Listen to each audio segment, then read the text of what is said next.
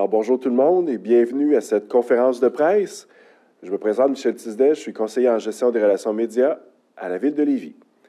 Donc, c'est avec plaisir aujourd'hui qu'on vous accueille à cette conférence de presse au cours de laquelle le maire de Lévis, M. Gilles Lehouillier, dévoilera les détails du tout nouveau fonds de développement du logement social de la Ville. Pour l'occasion, le maire sera accompagné de Mme Fleur Paradis, conseillère municipale et présidente du comité sur le logement social et communautaire. Donc, sans plus tarder, je laisse la parole à M. le maire, M. Gilles Lehouillier.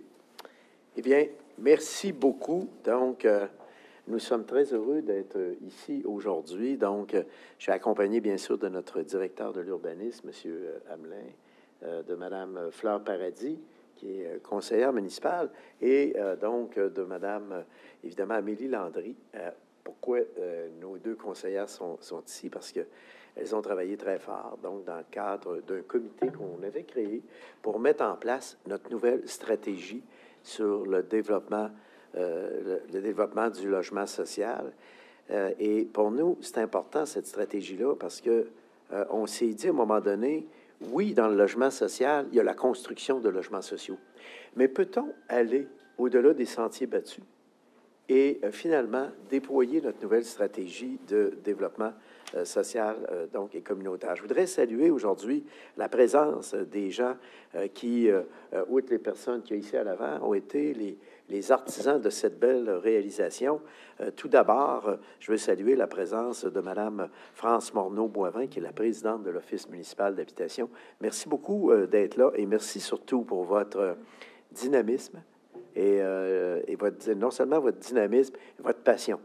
Alors donc, ça, je peux vous dire, c'est des éléments déterminants dans la mise en œuvre de cette stratégie-là. Et bien sûr, elle est accompagnée de son directeur général, M. François Roberge, qui fait aussi un travail fabuleux. On a aussi une équipe qui travaille fort, donc à la Ville de Lévis. On a la présence de notre directeur général, M. Stéphane Lafaux. Et je disais tantôt en privé que M. Lafaux a eu une oreille très attentive aux besoins en logement social. Alors, c'est un peu M. Lafaux avec Dominique Deslauriers, M. Dominique Deslauriers, notre directeur général adjoint, qui a échafaudé un peu les éléments qu'on va annoncer aujourd'hui. Je veux aussi saluer le travail de Martine Caz. Caz, on dit Caz? Oui, Caz. Martine Caz, donc, qui fait un travail fabuleux. J'ai eu l'occasion hier de rencontrer la Commission de développement social et communautaire dans la mise en œuvre de notre plan d'action sur le développement social et communautaire. Et j'y ai vu là un dynamisme assez exceptionnel du milieu communautaire. Et ça, pour nous, c'est intéressant. Il y a Jean-Thierry Mussard aussi, qui est quand même le grand patron du GRT maintenant, alors donc, qui a pris la barre du GRT. Alors, on vous souhaite beaucoup de plaisir aussi à l'intérieur, au sein de cet organisme-là. Et bien sûr, Luc Tremblay on avait Hélène Jonf aussi, Mme Hélène Jonf et M. Luc Tremblay. Mme Jonf, hier soir, qui a eu une soirée fort animée, n'est-ce pas? Donc, intéressante d'ailleurs. Alors, merci beaucoup pour votre magnifique travail. Luc, qui est un peu notre encyclopédie, notre journal de bord, la mémoire dans tout ce qui est logement social et abordable. Et Luc Tremblay, qui, on se souvient à l'époque, avait fait un fabuleux travail dans le cas des dossiers. Vous vous souvenez là, des terrains qui étaient un peu plus mous là, dans le secteur de Saint-Jean-Chrysostome, où on avait préparé un magnifique programme pour venir en aide aux citoyens qui a été copié d'ailleurs ailleurs par la suite. Alors donc, ça a été intéressant. C'est tous des épisodes intéressants. Alors aujourd'hui, donc, on est très heureux d'annoncer bien sûr, pour accélérer la construction de logements sociaux à Lévis sur notre territoire, on est heureux d'annoncer la création d'un fonds de 19,2 millions pour propulser le développement de logements sociaux. C'est une démarche ambitieuse. Notre objectif, c'est de répondre à la pénurie de logements et on annonce la création d'un fonds annuel de 2,4 millions jusqu'en 2031. Ce 2,4 millions-là est cumulatif, c'est-à-dire que d'une année à l'autre, il s'additionne. Alors ça, c'est l'aspect intéressant. Et donc, c'est sur 8 ans. Alors, on veut contribuer à la création de 1000 logements sociaux et abordables et de qualité. comme on a déjà annoncé dans notre stratégie de développement, du développement social, logement social et abordable. Le nouveau fonds va permettre à la Ville de saisir les meilleures occasions pour accélérer la disponibilité de logements sociaux, et ce sera un programme qui va être mis de l'avant dès le début du mois de janvier. Madame Jonf est en train de mettre la dernière main sur ce programme-là, qui va être le programme d'aide au développement de logements communautaires, mais enfin, où on offre un coffre à outils plus diversifié. Parce que ça va devenir drôlement intéressant, parce que le coffre à outils, là, au fond, c'est qu'on n'est pas juste... On a un fonds de 19,2 millions, 2,4 millions par année, qui va pouvoir être utilisé selon les recommandations qui nous seront faites par l'Office municipal d'habitation, parce qu'en plus, il ne faut pas oublier que dans le cadre de notre stratégie, et c'est la première fois qu'on le fait de façon très précise, nous reconnaissons l'Office municipal d'habitation comme étant notre porte-parole et notre guichet unique au niveau du logement social. Et ça, je pense que c'est quelque chose de drôlement intéressant. Donc, on va avoir l'occasion de préparer le programme pour ce fonds-là d'aide au développement des logements communautaires. Donc, ça va être drôlement intéressant pour la suite des choses. En réalité, ça va être bonifié, ce nouveau partenariat, aussi avec des promoteurs privés. Notre objectif, là, c'est accélérer le tempo pour la construction. Parce qu'on sait que nous, contrairement à des villes comme Montréal, Québec, Gatineau, je crois, on n'a pas d'unité réservée pour nous au niveau de la construction. Donc, ce qu'on va faire, c'est qu'on pense qu'on va en obtenir parce qu'on a toujours eu un bon score. Donc, dans les logements qu'on va chercher, dans le résiduel qui peut rester, on a toujours fait un excellent travail et on est bien reconnu par la Société d'habitation. Cela étant dit, on va, en parallèle à ça, trouver d'autres moyens qui vont nous permettre d'accélérer le tempo. Donc, on va travailler avec des promoteurs privés dans le but d'accélérer la construction de logements sociaux et abordables. Donc, l'Office municipal d'habitation va assurer, dans le cadre du projet de développement que tout le monde connaît, le projet de développement Humano, ça va se situer sur ce site-là, la réalisation de 216 unités de logements sociaux et abordables. La première phase va prévoir la construction de 111 nouvelles unités de logements, dont 55 en logements sociaux, et les autres, 55 minimum. C'est sûr que si l'OMH réussit à en chercher encore plus, tant mieux. Alors, mais c'est 55 minimum, et le reste, c'est les logements abordables, où ça devient quand même intéressant parce qu'on est à 85 % du loyer médian moyen. Alors ça devient drôlement intéressant, donc, par rapport à ça. C'est des nouveaux leviers financiers, et il y aura aussi une deuxième phase, et ce qui veut donc dire qu'avec les 111 unités dans la première phase, au total, ce sera 216 unités de logements sociaux et abordables. Pour vous donner une idée, pour la ville de Lévis, ça va représenter 8,9 millions. Juste, c'est la première phase, donc, des travaux. Et ce qui est intéressant, c'est qu'il y a une bonne partie de ça, peut-être 5, 6, 7 millions minimum, qui va être en remise de taxes. Et ces remises de taxes-là, c'est en plus du fonds qu'on vient d'annoncer. Alors, on a décidé à la Ville de Lévis, quand j'ai dit on diversifie notre coffre à outils, on a décidé d'utiliser les remises de taxes comme étant un nouveau levier pour accélérer le processus de construction de logements sociaux.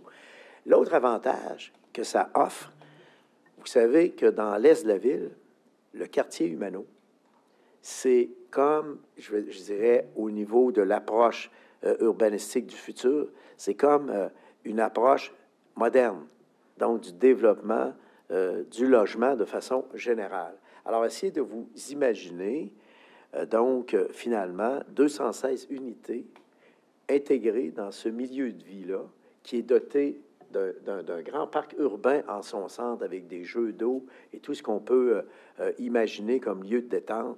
Alors, on crée un effet extraordinaire, donc aussi du fait que les gens qui vont évidemment intégrer ces logements sociaux-là vont être dans un environnement exceptionnel.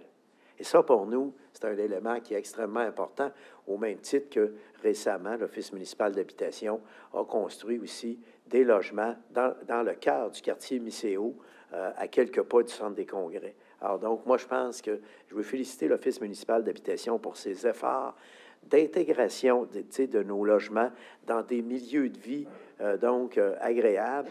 Et c'est une belle démarche. Donc, les prochaines étapes pour l'Office municipal d'habitation, bien sûr, sont en train de compléter les acquisitions de terrain. Par la suite, il y aura l'appel d'offres pour la réalisation de ces projets-là. Alors donc, beaucoup de pain sur la planche. Mais enfin, là, au moment où on annonce le fonds, on a déjà, tenez-vous bien, pas loin entre 230 et 250 unités d'habitation en analyse et en cours actuellement. Ce qui fait qu'on va pouvoir se donner un air d'aller qui va être pas mal extraordinaire. Je vais juste vous rappeler que depuis 2022, on a construit la création de 1093 logements pour les personnes, évidemment, qui étaient dans le besoin. Évidemment, c'est surtout les programmes Logements abordables et Québec et Accès Logis Québec avec la Société d'habitation. Alors, depuis 2002, on a fait 1000, au-delà de 1000, 1100 à peu près. Et avant 2002, donc, on en avait autour de 895, là, avant le regroupement des municipalités. Donc, depuis 2002, 1000 logements. Mais là, en 10 ans, on souhaite en créer 1000. Ce qui fait qu'on va avoir un rythme 2 fois plus rapide, en principe. Et pourquoi cette rapidité, on met de l'avant cette rapidité-là? Justement à cause du coffre d'outils diversifié qu'on est en train de se donner. Et ça devient intéressant. Sans compter le fait également que la commission consultative travaille sur un autre projet qui est fort intéressant et qui peut nous développer des perspectives nouvelles, notamment la certification des maisons de chambre sur lesquelles on est en train de travailler, qui pourrait devenir intéressant, même au niveau de l'OMH, pour certaines clientèles vulnérables. Mais ce qu'il faut dans les maisons de chambre, c'est qu'il faut quand même avoir des critères de certification pour éviter les abus finalement d'exploitation de certaines personnes vulnérables. Donc, nous, on veut s'assurer que si, par exemple, l'OMH embarquait dans un processus de chambre comme ça pour aider certaines clientèles vulnérables, bien, il faudrait qu'elle soit certifiée, s'assurer qu'on a un minimum de services pour les clientèles qui pourront y avoir accès. Et le fonds pourrait servir pour ça aussi. Alors donc, ça vous donne une idée. Je veux juste donner une idée de la diversification donc de ce fonds-là, qui va être très flexible et qui va permettre... donc, l'objectif, au fond, il est très simple. Développer le plus de logements sociaux et abordables à court terme. Et on a un avantage à Lévis que d'autres villes n'ont pas. Comme on est en forte croissance, et que l'an dernier, on a eu 3100 unités d'habitation. Si la tendance se maintient, on devrait être autour de 1000 cette année, ce qui, dans un contexte restrictif, est quand même excellent. Alors, comme on a donc un grand bassin d'unités d'habitation, alors par rapport à d'autres villes qui sont plus stagnantes, c'est plus difficile pour eux, s'ils développent 200 logements par année, de sacrifier la taxation de ces 200 logements, parce que c'est leur revenu, au fond. Mais nous, dans notre cas, sur 3600 unités, même si on en développe 150, 200 avec des remises de taxes, bien, sur l'ensemble des nouveaux revenus qu'on va avoir, ça devient plus relatif. Alors ça, c'est l'aspect intéressant de ce levier-là dans une ville en forte croissance qu'on peut utiliser parce que la demande est là et elle est très forte puisque on n'est même pas à 1 % de logements disponibles à Lévis malgré les constructions qui se sont faites dans les dernières années.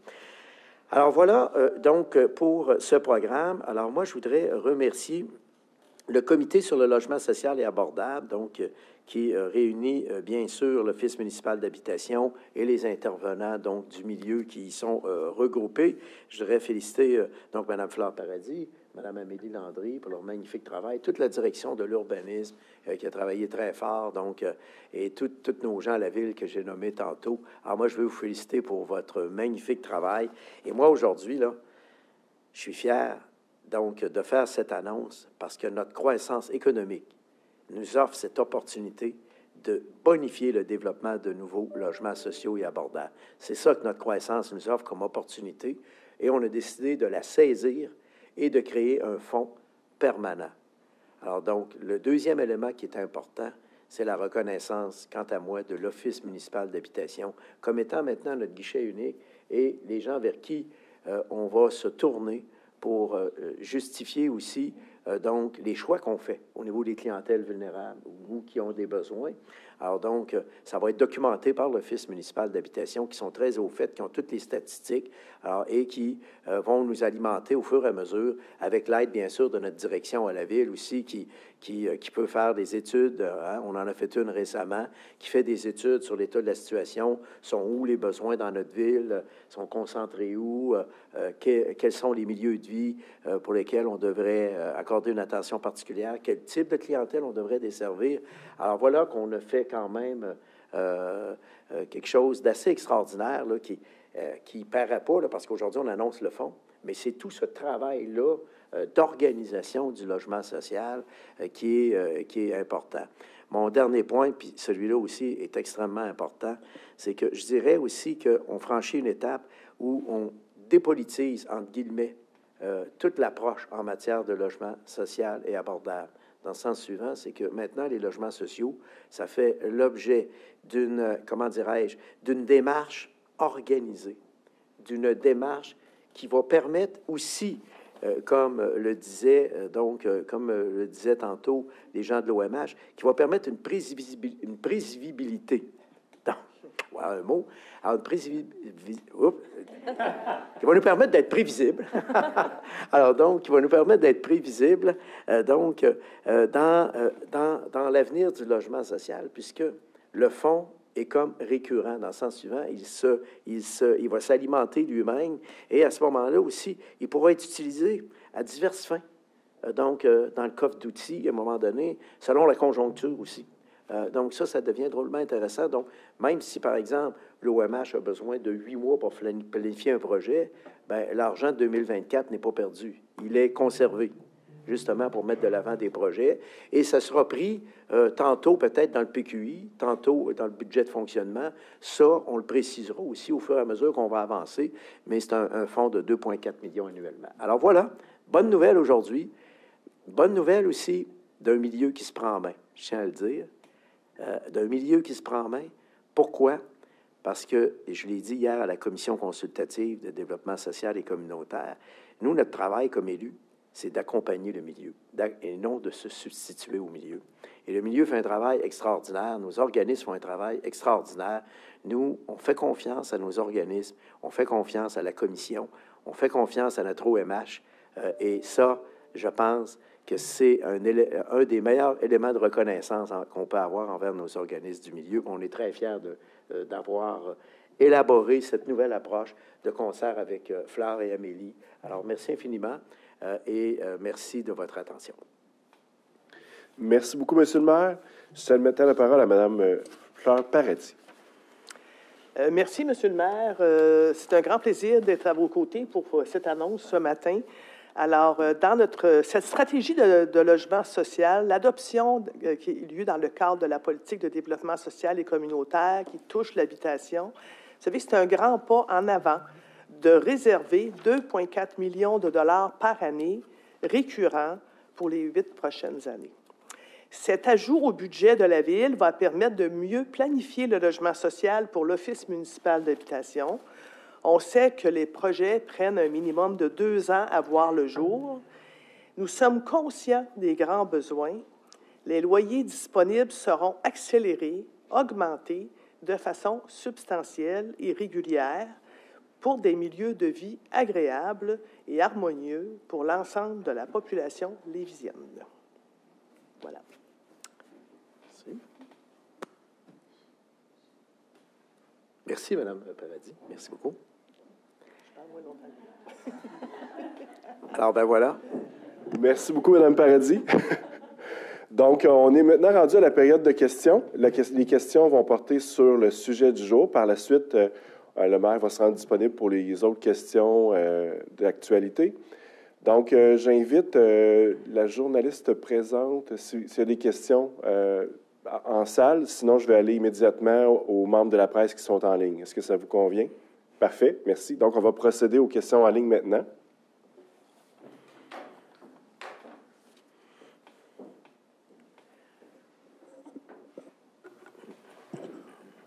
Donc, la parole est maintenant à Mme Stéphanie Martin. Oui, bonjour. Bonjour, est-ce que vous m'entendez bien? Oui, très bien, très bien. Oui, alors je voulais en savoir plus sur le fonds. Vous dites, en fait, il va être flexible. Et vous avez aussi parlé d'un autre projet là, dans le secteur du projet Humano. Oui, exact. Est-ce que c'est deux choses différentes, Oui. les investissements là, que vous faites dans le secteur Humano et ceux dans le fonds? Oui, bien, écoutez, on a le fonds de 2,4 millions annuellement, donc 19 millions, qui, lui, est cumulatif, ce qui fait que ça permet à l'Office municipal d'habitation d'être plus prévisible dans sa planification, parce qu'en même temps, on les identifie comme les interlocuteurs privilégiés, mais en même temps, la Ville va utiliser un autre levier. Vous vous souvenez, dans le cadre de la stratégie, on avait annoncé divers leviers qu'on allait utiliser, dont les remises de taxes. Alors, je vous donne un exemple.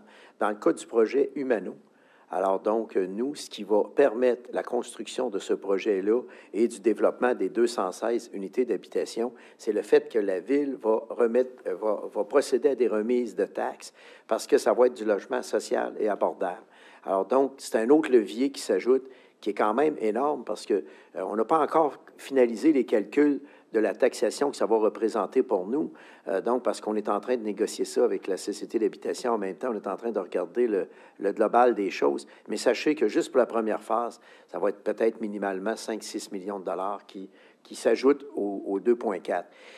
Est-ce qu'il y a une partie aussi du 2,4 qui va être utilisée dans les calculs? Ça va être regardé aussi par l'Office municipal d'habitation. Mais grosso modo, l'ajout principal, Mme Martin, c'est les revenus de taxes qui, eux, évidemment, sont en dehors du fonds. Ça n'a rien à voir avec le fonds. Donc, le fonds, c'est 2,4, plus un nouveau levier que la Ville ajoute, qui est la remise de taxes. Et pourquoi on peut se le permettre? C'est un peu, tantôt, ce que je disais, comme on a la construction de beaucoup d'unités d'habitation à Lévis, bien, sur le monde global, on peut se permettre cette remise de taxes-là. C'est en même temps notre participation au développement, peut-être plus rapide. C'est ce qu'on va voir là, mais on s'attend à ce que ce soit plus rapide, donc au niveau de la construction, que de passer par la Société d'habitation, où là, nous, on est soumis aux aléas, où à Lévis, malgré les réclamations qu'on fait dans le cadre de l'Union des municipalités, on se retrouve avec sur des listes d'attente. Il faut faire la file pour s'inscrire dans les projets résiduels qui peuvent rester au niveau de la construction. Donc, on n'attendra pas, on va dire, on passe à l'action et nous, on fait ces remises de taxes-là. Et sans ces remises de taxes-là, ces projets-là ne pourraient pas voir le jour. C'est impossible. Est-ce que vous avez parlé aussi d'acquisition de terrain de la part de l'OMH? Est-ce que c'est en parallèle de la remise de taxes que vous allez faire pour Humano? Ben, eux, ce qu'ils font, l'OMH, c'est qu'ils montent un plan d'affaires global pour l'ensemble du projet parce qu'ils sont en même temps, ils vont en même temps être les maîtres d'œuvre donc de ces projets-là. Donc, comme ils sont les maîtres d'œuvre, c'est eux qui montent leur plan d'affaires et là, ils nous indiquent un peu donc ce qu'ils s'attendent de la Ville. Donc, il y a les remises de taxes, est-ce qu'il va y avoir une partie du 2,4 millions qui va être utilisée, etc. Alors, c'est à eux de le faire. Alors, je peux même... que vous remettez des taxes, oui. C'est à l'OMH. Oui, bien, je peux même... oui, pardon? Non, nous, ça va être sur... Non, mais ça va être sur le bâtiment, nous, qu'on va... Parce que l'OMH va devenir propriétaire en passant. OK. C'est bien ça, mais je vais donner la parole à l'OMH, peut-être, si vous le permettez, Mme Martin. Ils sont ici. Alors, voulez-vous qu'on vous donne l'éclairage supplémentaire? Peut-être, M. Robert, je venais répondre à la question là, sur comment se fait un peu le montage d'un tel projet. Parce qu'il faut dire aussi, Mme Martin, que pour nous, on est dans du nouveau, là. Hein? Alors, donc, c'est intéressant. Alors, notre objectif, c'est d'accélérer, donc, le nombre de logements. On va répondre à vos questions qui sont plus techniques. Allez-y. Je vais essayer de répondre dans la mesure où j'ai bien compris votre question. C'est que l'OMH, effectivement, dépose un projet, puis il y a des fois où on doit acheter le terrain, mais il y a des fois aussi où la Ville met à notre disposition un terrain. Donc, sur le projet, quand on fait le montage financier, quand on dit l'engagement de la Ville, c'est que l'engagement de nous libérer des taxes pendant les 25 ans qui vont suivre le financement, bien, ça nous permet d'alléger, disons, la charge financière. Donc, c'est des façons de faire, mais c'est toujours diversifié en fonction du projet qu'on a, dépendamment de ce que la Ville a à sa disposition au moment où on monte le projet. Dans le fond, chaque cas est différent. Oui, Je comprends que ce n'est pas au promoteur du projet Humano que vous remettez la remise de taxes, c'est à l'OMH qui va, elle, monter des projets de logements sociaux dans le cadre de ce développement immobilier-là. Bon, je comprends mieux votre question. C'est que le projet Humano, c'est l'OMH qui est vraiment le promoteur. Il n'y a pas de promoteur privé là, dans le projet Humano. Là. Le site, c'est un site là, où il y a des milliers de logements qui vont être développés dans les futures années, où il y en a déjà qui sont déjà commencés. Le terrain, il est acheté par l'OMH, puis le montage financier, il est à l'OMH. M. Lowry l'a dit, l'immeuble appartient à l'OMH. À Lévis, présentement, il n'y a pas de promoteurs privés qui ont construit dans le programme d'habitation abordable du Québec, là, comme c'était annoncé par le gouvernement du Québec. Actuellement, il y a juste l'OMH qui est en lice. Bon. C'est ça. Puis juste une petite dernière question. Là. On avait parlé de cette ambition-là de bâtir au moins 1000 logements sociaux. Là, vous aviez annoncé ça en avril 2021, M. Lehouillier. Puis on parlait de 100 nouvelles unités par an. Là. Est-ce qu'on réussit à atteindre nos objectifs depuis 2021? Oui, parce qu'on a 250 unités là, qui sont en cours d'analyse ou d'élaboration. Donc, c'est clair que si on compte que c'est à compter de 2023, je pense que le compteur commençait à marcher parce que le temps qu'on mette tout ça en branle. Mais on va même, avec les mix qu'on fait actuellement, les remises de taxes et tout ça, alors on va atteindre cet objectif-là. En fait, c'est un objectif qui est ambitieux parce que c'est 2 fois plus de logements sociaux que depuis 2022, mais on va atteindre l'objectif grâce, entre autres, à nos remises de taxes, parce que déjà, les remises de taxes, ça stimule 216 nouveaux logements abordables et sociaux, ce qui est quand même intéressant. Donc, vous le voyez, déjà, on est dans la cible. Merci. Merci beaucoup, Mme Martin. La parole est maintenant à Mme Flavie Villeneuve de Radio-Canada. Bonjour, est-ce que vous m'entendez bien? Oui, très bien. Oui. Ma première question, en fait, c'est, vous avez dit que vous vouliez accélérer le tempo, que vous attendez à ce que ça soit vraiment plus rapide. À quel point, justement, ça va être plus rapide? Est-ce que ça va aller plus vite que le 1 an que vous étiez un petit peu donné pour tant de nombre de logements sociaux? Ou est-ce que vous attendez à ce que ça aille encore plus vite? Ben oui, ça va aller plus vite pour la simple et bonne raison qu'il va y avoir, et c'est le côté prévisible pour l'OMH qui devient intéressant. C'est que pour eux, le fait qu'on ait créé le fonds, ça permet une planification et ça évite des délais d'attente lorsque les projets sont déposés, soit à la Ville, soit à la SHQ, alors où ils vont pouvoir procéder beaucoup plus rapidement et sans attendre les délais, parce que des fois, si la Ville n'a pas prévu ces fonds-là, ben, il peut se passer 1 an, 1 an et demi, sans que ça bouge finalement au niveau de la résolution nécessaire. Alors donc, pour l'OMH, c'est une capacité de travail, de travailler donc à très court terme avec des outils financiers qui sont réels et reconnus par la Ville. Donc ça, moi, je pense que c'est l'aspect le plus intéressant. Donc, on devrait, avec ça, gagner de la rapidité. Et l'ajout des remises de taxes, c'est pas banal parce que c'est plusieurs millions de dollars. Je vous le dis, là, la phase 1 de l'OMH avec le projet Humano, ça peut représenter facilement 5-6 millions de dollars. Là. Les calculs sont en train de se faire. Imaginez-vous, là. Alors, c'est quand même un levier financier extrêmement puissant et qui devrait permettre d'accélérer le tempo parce que quand l'OMH va aller en appel d'offres, bien, considérant les remises de taxes, considérant tous ces éléments-là, bien, au niveau du montage financier, les gens qui vont soumissionner vont dire « Ouais, ça commence à être intéressant, ce projet-là, on va embarquer dedans et c'est un peu comme ça que ça va fonctionner. » Alors, l'avantage qu'on a, c'est que l'OMH ou les gens qui développent du logement social, ils sont plus en attente de tout le monde, finalement, lorsque ils veulent concevoir un projet. L'autre élément, c'est que pour l'OMH, c'est un peu tannant parce que là, on travaille sur la planification de projet, mais on ne sait pas ce qui va se passer à l'autre bout. C'est une autre affaire. Tu sais, les gens peuvent investir et ne pas savoir si la Ville va donner son OK ou pas. Alors là, on a un fonds qui est garanti minimalement et qui va permettre une pérennité dans les actions de l'Office municipal d'habitation. On pense que ça va aider énormément. Et sur l'aspect partenariat avec des promoteurs privés, concrètement, vous allez leur obliger d'avoir 55 logements sociaux, du moins dans la première phase, c'est ce que je comprends. Ben, est-ce qu'il va y avoir d'autres modalités qu'ils vont devoir respecter justement pour se qualifier? Nous, là, si on fait de la remise de taxes, alors il faut s'assurer que ça va être tout du logement abordable ou social. Ça, c'est clair. Alors, donc, c'est la cible qu'on vise. Donc, dans le logement abordable, il reste quand même que quand vous êtes à 85 du loyer moyen, c'est déjà quelque chose d'intéressant. Et l'objectif de l'OMH, avec la Ville, on va travailler ça ensemble, ça va être de maximiser le nombre de logements sociaux. Ça, c'est sûr. C'est ça qu'on va tenter de faire en ajoutant des PSL, des programmes de soutien au loyer et d'autres éléments comme ça qui pourront venir nous aider. Et j'ai peut-être une dernière question. Quand vous aviez annoncé les surplus, de mémoire, c'était 22 millions quelque chose. Finalement, il y a une majeure partie qui va dans le logement. C'est ce que je comprends? Non, pas nécessairement, parce que au fond, on a énormément de réserves financières à la Ville.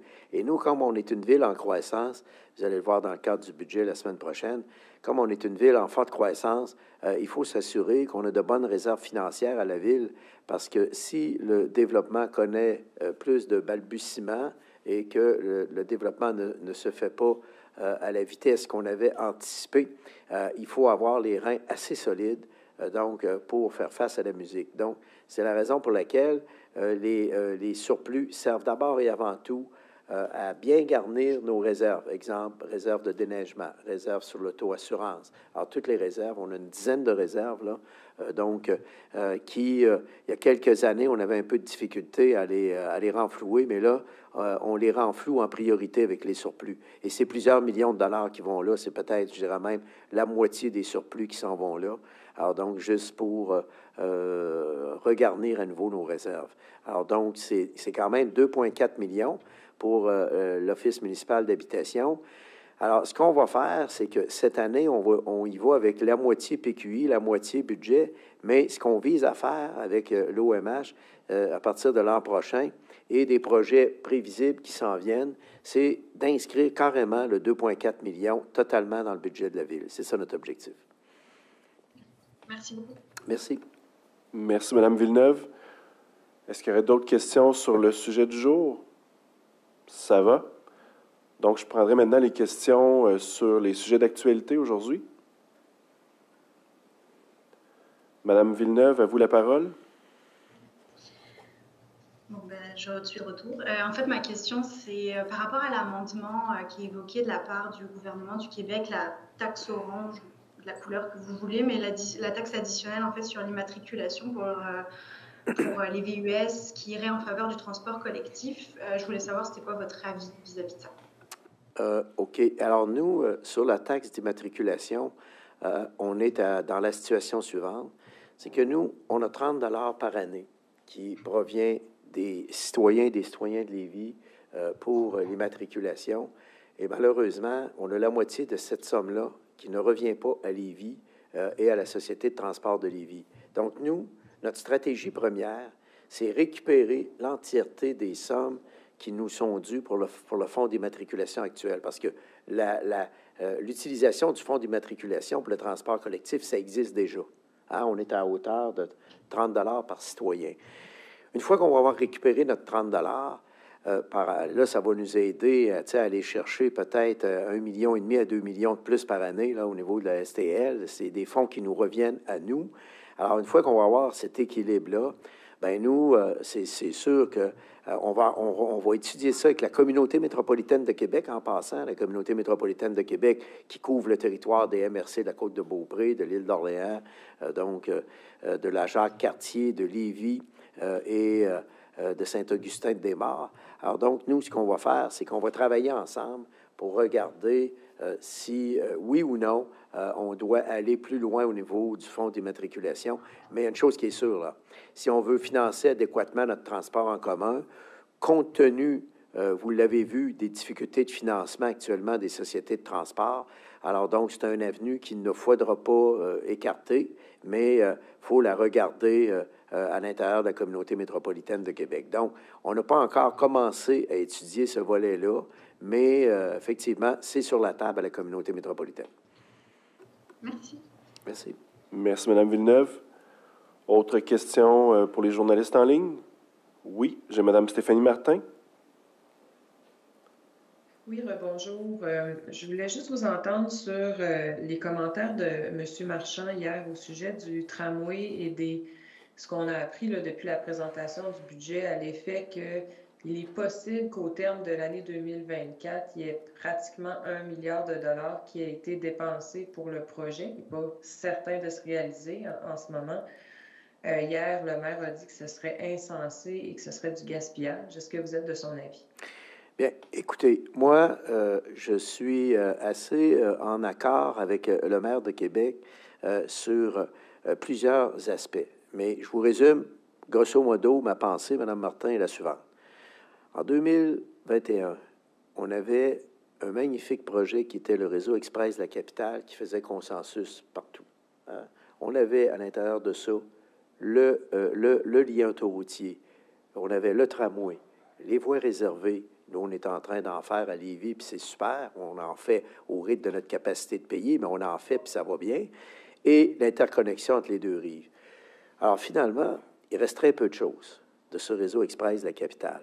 Moi, en ce sens-là, nous allons continuer, nous, à la Ville de Lévis, à appuyer l'ensemble du projet du réseau express de la capitale, qui est le lien autoroutier, le tramway, je ne parle pas d'un autre mode de tramway, et les voies réservées et l'interconnexion entre les deux rives, dont le concept est déjà connu, là, avec une voie réservée pour la STL, une fois rendue à Québec, pour la Société de transport de Lévis, le long de la rue des Hôtels, avec un passage souterrain sous Laurier, puis 7 quais d'embarquement et de débarquement. Donc, nous, on est toujours là, et c'est ce qu'on va défendre avec la Ville de Québec auprès de la Caisse de dépôt. Alors, nous, on va dire pourquoi on change le plan de match, finalement. Alors, donc, c'est clair que nous, on est derrière le projet de 2021 du réseau express de la capitale, que, en passant, toutes les villes avaient appuyé, là, y compris la Ville de Québec à l'époque.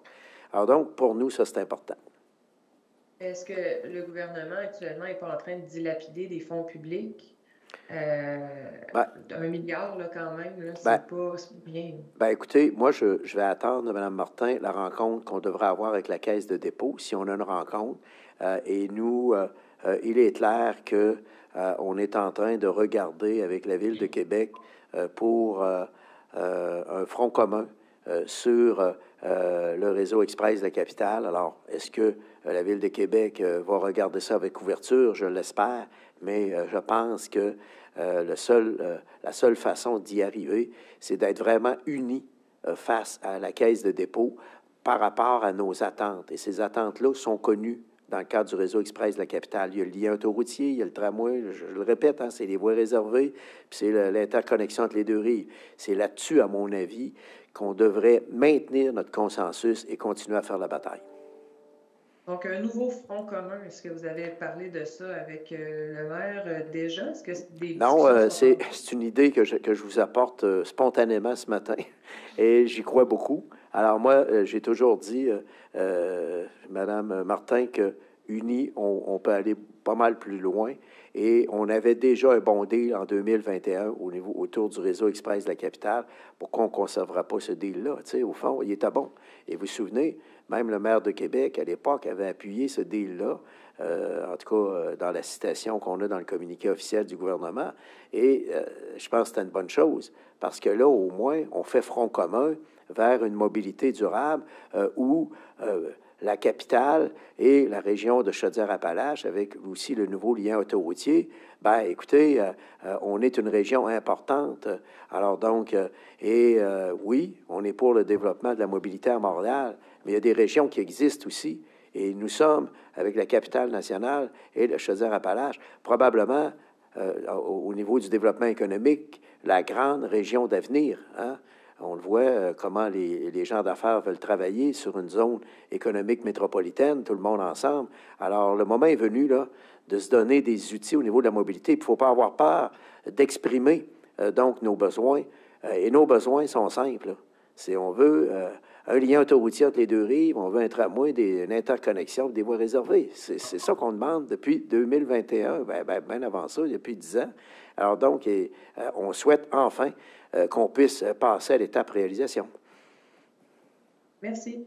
Merci. Merci, Mme Martin. Est-ce qu'il y avait d'autres questions pour les journalistes? Ça va. Donc, ça mettrait fin à notre conférence de presse. Je vous remercie. Merci. Merci tout le monde. Je vous souhaite une excellente journée. Merci.